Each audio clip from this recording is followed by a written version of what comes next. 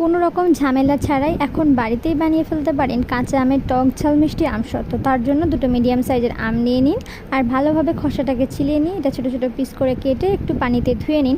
আর তারপর একটা কড়াইতে সামান্য একটু লবণ দিয়ে সিদ্ধ করতে দিন। সিদ্ধ হয়ে গেলে এটাকে ভালোভাবে ম্যাশ করে নিন আর ম্যাশ করে নিয়ে তারপরে একটা স্টেনার বা ছাঁকনির সাহায্যে ছেঁকে নিন।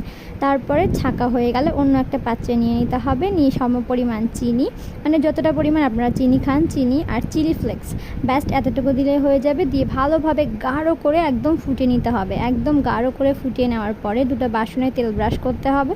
আর তেল ব্রাশ করা হয়ে গেলে এই ব্যাটারটাকে একদম পাতলাভাবে দিয়ে এটাকে রৌদ্রে দিলে, একটা বেলা রৌদ্রে দিলেই শুকিয়ে যাবে।